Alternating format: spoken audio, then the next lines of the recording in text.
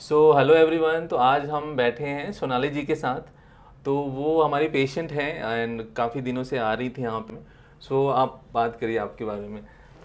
नमस्ते जी। मैं कॉलेज में पढ़ाती हूँ और साथ journalism, radio program production journalism का सब्जेक्ट है, वो पढ़ाती हूँ। और साथ ही साथ ऑल इंडिया रेडियो में रेडियो जॉकिंग करती हूँ। सो ये एक छोटा सा प्रोफाइल है। और खैर, लेकिन कमिंग बैक टू यहाँ पे जिसकी वजह से मैं हूँ, तो नी का प्रॉब्लम हुआ था। और क्योंकि मुझे लोअर बैक इशू भी है, तो जिस दिन मैं आई थी तो उस दिन तो आई वॉज लिम्पिंग, मैं चल भी नहीं पा रही थी बिकॉज नी हर्ट हुआ था। तो आप कैसे यहाँ पहुँचे? लाइक क्या आप फिजियोथेरेपी के बारे में पहले से जानते थे? क्योंकि हमने देखा है कई सारे लोग जो आते हैं वो फिजियोथेरेपी के बारे में एक्सीडेंटली पहुँचते हैं। तो आपका क्या स्टोरी है? जी, क्योंकि मेरा यहाँ पे जब जिस तरह से पहुँची थी, तो मैं एक मेरी फ्रेंड के कांटेक्ट के थ्रू पहुँची थी, क्योंकि मैंने उनसे पूछा था कि मुझे ठाकुर विलेज में एक बहुत अच्छे फिजियोथेरेपिस्ट चाहिए, तो आपका कांटेक्ट मिला था मुझे। और मैं आई थी क्योंकि मेरे राइट नी के लिगामेंट में प्रॉब्लम हुआ था। और उस बात के चलते मैं आपके मतलब आपके क्लिनिक पहुँची थी। सो शोल्डर और एल्बो में भी कुछ आपको तकलीफ है, टेनिस एल्बो एंड शोल्डर में इशू था। तो उसमें आपका क्या एक्सपीरियंस रहा है? क्या आपको ट्रीटमेंट में क्या अनुभव रहा है? सबसे इम्पॉर्टेंट बात तो जो बहुत बड़ा बेनिफिट था कि मेरा सिटिंग पोस्चर चेंज हुआ। बिकॉज मेरा हमेशा मैं थोड़ा स्लाउच्ड बैठती थी।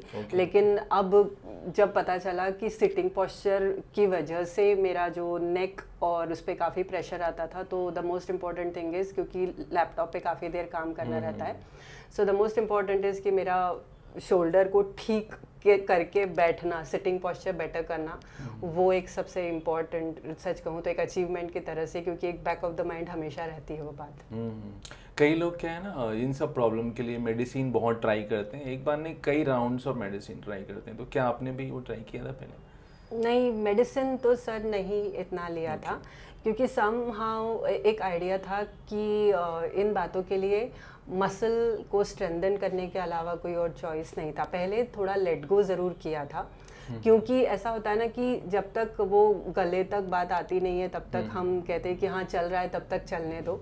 लेकिन फिर जब पूरा ही बॉडी ने भी गिव अप कर दिया, बहुत ज़्यादा पेन रहने लगा था, तब फिर ट्रीटमेंट शुरू हुई थी।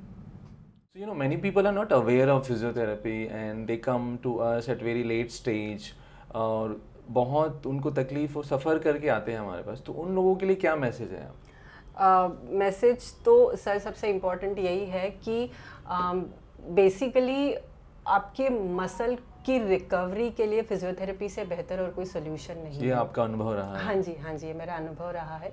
क्योंकि कई बार ऐसा होता है कि पेन किलर लेने से ना एक टेम्प्रेरी सोल्यूशन मिल जाता है, और एक हम है ना बहुत ही मेंटली कंडीशनड है कि दवाई ले लो ठीक हो जाएगा।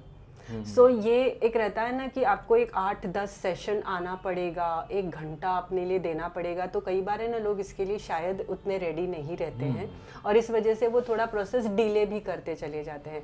लेकिन फाइनली फिजियोथेरेपी के अलावा वाकई कोई सोल्यूशन नहीं है, because of this changing lifestyle. जैसे मैंने आई थिंक यहाँ पे कहा भी है कि जिस तरह से आजकल लोग साइकेट्रिस्ट की ज़रूरत पे काफ़ी ज़ोर देने लगे हैं कि एक साइकेट्रिस्ट को के पास जाके बात ज़रूर करनी चाहिए, उसी तरह से 30-35 के बाद आपको एक फिजियोथेरेपिस्ट से कंसल्ट ज़रूर करना चाहिए, because of the changing lifestyle. Everybody must visit a physiotherapist so that उनके आगे आने वाली ज़िंदगी में उनको नी पेन ना हो, बैक पेन ना हो, शोल्डर पेन ना हो। और ये सारी जब पेन नहीं होते हैं तो इंसान मेंटली भी अच्छा ही रहता है। हाँ, डेफिनेटली आपका मैसेज काफ़ी कंप्लीट है। सो आप रेडियो जॉकी हैं, तो डेफिनेटली उसके हिसाब से भी मैं आपसे बात करना चाह रहा था कि किस तरीके से आप लोगों को मैसेज देते हैं। तो it's very important and I am loving this conversation with you. Same sir. So actually आपने हमें रिक्वेस्ट भी किया था कि you want to go ahead for your fitness program also, because we in Physio Cure also talk about overall optimal fitness. So हम relief, recover and third stage retraining पे भी जोर देते हैं। तो आपने काफ़ी इंटरेस्ट दिखाया था। What do you want to say about that? Sir, क्योंकि एक तो चीज़ है कि रीट्रेनिंग बहुत ज़्यादा ज़रूरी है, क्योंकि एक बार मसल को ट्रेन करके नहीं काम चलता, you have to be consistent. आपने कुछ ही देर पहले डिसिप्लिन इस शब्द का इस्तेमाल किया था, सो डिसिप्लिन के बिना तो ज़िंदगी आगे नहीं जा सकती, और रीट्रेनिंग के साथ में ही आगे बढ़ा जा सकता है। सो यस, अगर ऐसा कुछ डेफिनेटली प्रोग्राम होता है तो it will help many people, क्योंकि रिहैब के साथ अपने आप को मेंटली और फिजिकली भी ट्रेन करना बहुत ज़रूरी है।